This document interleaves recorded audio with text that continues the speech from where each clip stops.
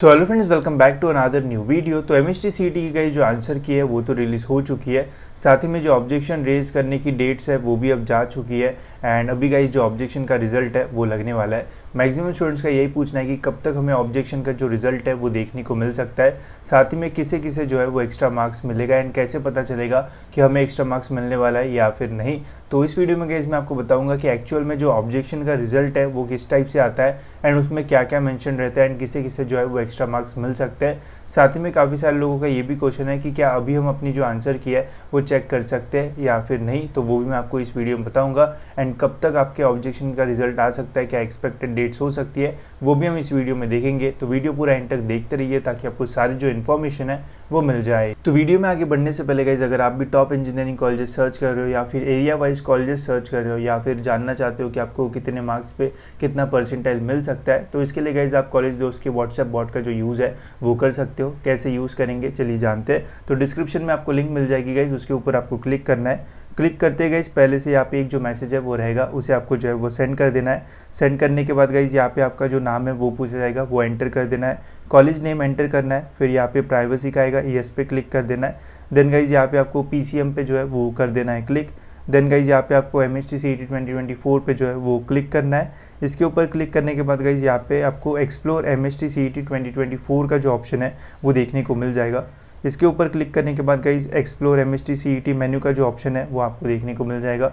यहाँ पे आपको काफ़ी सारे ऑप्शंस मिलेंगे, जैसे काउंसलिंग के टाइम कौन से डॉक्यूमेंट्स आपको लगते हैं, परसेंटाइल प्रेडिक्टर जिससे आपको कितने मार्क्स पे कितना परसेंटाइल मिल सकता है, टॉप एमएसटी सीईटी कॉलेजेस, फिर MST CET area wise institute, MST CET all institute, फिर एमएसटी सीईटी ब्राउज़र, ऐसे बहुत सारी चीज़ें आपको यहाँ पे जो है वो मिल जाएगी। तो इसमें से जो भी आपको अच्छा लगता है वो आप क्लिक कर सकते हो। जैसे मैंने यहाँ पे एमएसटी सीईटी टॉप कॉलेजेस के ऊपर क्लिक किया है, तो यहाँ पे मुझे टॉप कॉलेजेस की पूरी जो लिस्ट है वो मिल चुकी है एंड यहाँ से मैं टॉप कॉलेजेस देख सकता हूँ। फिर उसके बाद गाइज अगर आपको एरिया वाइज इंस्टीट्यूट देखना है तो फिर यहाँ पे मुंबई एंड पुणे का ऑप्शन जो है वो आता है। अदर एमएच कॉलेजेस का भी जो ऑप्शन है वो आता है, तो मुंबई पे क्लिक करोगे तो मुंबई के बेस्ट कॉलेजेस यहाँ पे आपको देखने को मिल जाएंगे। पुणे पे क्लिक करोगे तो पुणे के। तो ऐसी बहुत सारी इन्फॉर्मेशन आप यहाँ से जो है वो निकाल सकते हो। लिंक डिस्क्रिप्शन में गाइज, वहाँ से आप इसका यूज़ कर सकते हो एंड जितनी भी इन्फॉर्मेशन है उतनी आप निकाल के उसका जो यूज़ है वो कर सकते हो। तो सबसे पहले गाइज मैं आपको ये बता देता हूँ कि क्या अभी आप अपनी जो आंसर की है वो चेक कर सकते हो या फिर नहीं, एंड उसके बाद देखेंगे कि ऑब्जेक्शन का जो रिजल्ट है वो किस टाइप से आता है। तो देखो यार, मैंने आपको पहले ही बोला था कि आंसर की अगर आप चेक करते हो तो सेव या फिर डाउनलोड करके रख लेना, बिकॉज अभी अगर आप पोर्टल पे लॉगिन करते हो एंड ऑब्जेक्शन ट्रैकिंग के ऊपर क्लिक करते हो तो यहाँ पे गाइज ऑप्शन आता है, बट ऑप्शन पे क्लिक करने के बाद यहाँ पे फॉरबिडन एक्सेस ऐसा हमें जो है वो देखने को मिलता है। तो अभी गाइज आप अपना जो आंसर की है वो चेक नहीं कर पाओगे। अभी मतलब कभी भी आप अपना आंसर की जो है वो चेक नहीं कर पाओगे। बस 2 दिन ही आंसर की चेक करने का जो ऑप्शन है वो आता है। पीसीएम का लास्ट डेट 26 था। अगर आपने चेक किया होगा तो बहुत बढ़िया, अगर नहीं तो फिर अभी कुछ नहीं कर सकते। एंड आंसर की चेक करने के फ़ायदे भी होते, पता चलता है कि कितने मार्क्स आया है। एंड जब परसेंटाइल आता है तो कभी कभी ऐसा भी होता है कि 100 मार्क्स वाले को बहुत ही एकदम ही कम परसेंटाइल मिल जाता है। तो फिर वहाँ पे अगर आपको क्वेरी वगैरह रेज करना है तो आपके पास थोड़ा सबूत टाइप जो चीज़ है वो रहती है एंड आप दिखा भी सकते हो। बट अगर आपने नहीं देखा है तो ठीक है, बिकॉज इसके बाद आप जो है अभी आंसर की जो है वो नहीं देख पाओगे, ठीक है। एंड कोई और ऑप्शन भी नहीं है आंसर की देखने का। तो जिन्होंने अपना आंसर की सेव किया होगा कुछ इस टाइप से, जैसे मैंने यहाँ पे सेव कर रखा था, तो आप जो है वो अपना आंसर की देख पाओगे। अगर आपने नहीं किया है तो फिर आप अभी अपना जो आंसर की है वो नहीं चेक कर पाओगे, ठीक है।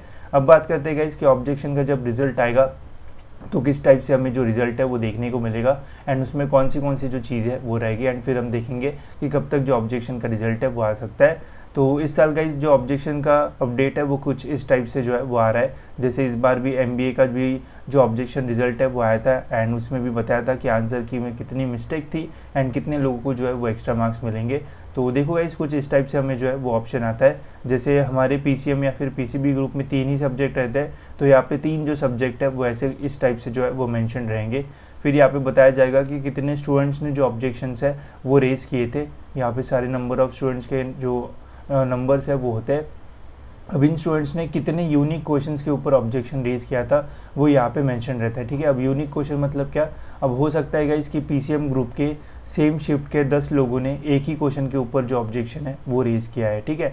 तो अगर 10 लोगों ने एक ही क्वेश्चन के ऊपर ऑब्जेक्शन रेज़ किया है तो उसे जो है वो एक ही बार कंसीडर किया जाता है, ठीक है। तो ये है, एंड यहाँ पे जितने ऑब्जेक्शन रहेंगे उनमें से जितने यूनिक क्वेश्चंस रहेंगे वो यहाँ पे जो है वो मेंशन रहेंगे, एंड उन यूनिक क्वेश्चन को गाइस जो है वो चेक किया जाता है एंड देखा जाता है कि क्या वो सही है, गलत है, क्या चेंजेस करना चाहिए या फिर नहीं।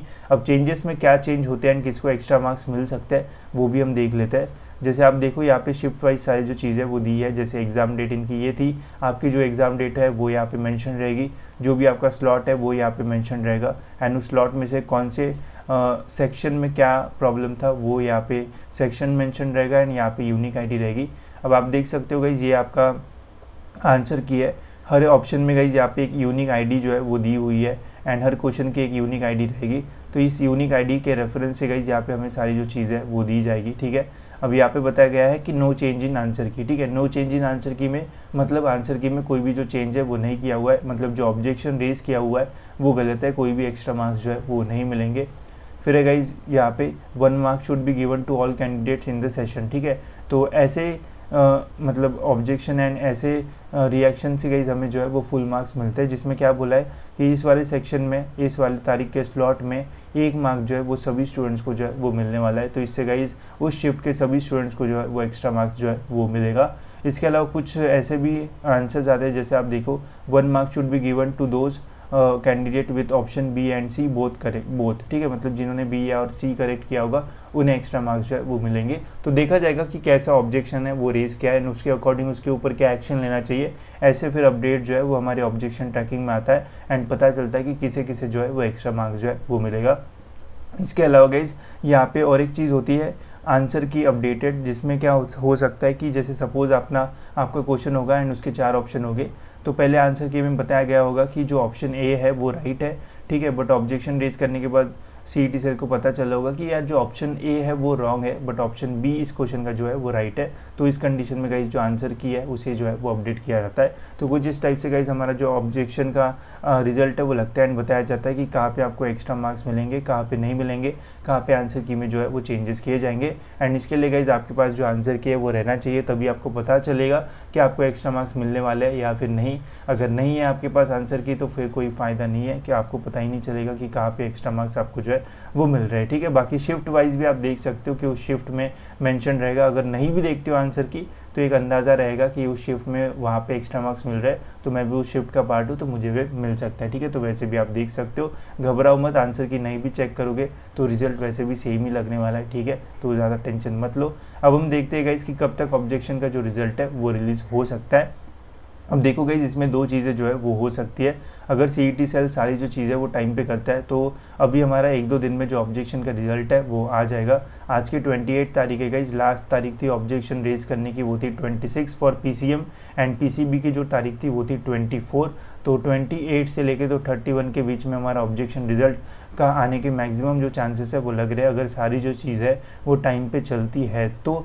बट गाइज अगर यहाँ पे डिले होता है तो अभी रिसेंटली एमबीए में काफ़ी जो डिले वो हुआ था, ऑब्जेक्शन का जो रिज़ल्ट है उसे आने में जो है वो बहुत ज़्यादा टाइम लगाया था। मतलब आंसर की जो है वो रिलीज़ हो गई थी 4-5 दिन में ही, बट ऑब्जेक्शन के रिज़ल्ट को आने को ऑलमोस्ट 1 महीने तक का जो टाइम है वो लग गया था, जो कि ऐसा जो है वो हमारे साथ जो है वो नहीं होना चाहिए। तो देखो जो मोस्ट एक्सपेक्टेड डेट है वो है 28 से 31 मई, ठीक है। अगर सारी जो चीज़ें वो टाइम टू टाइम होती है तो, बट अगर यहाँ पे कुछ डिले होता है तो फिर गाइस हमें जो है वो ऑब्जेक्शन का रिजल्ट लेट जो है वो देखने को मिल सकता है। फिर हो सकता है कि 5 से 10 जून के बीच में भी हमें जो है वो ऑब्जेक्शन का रिजल्ट देखने को मिले।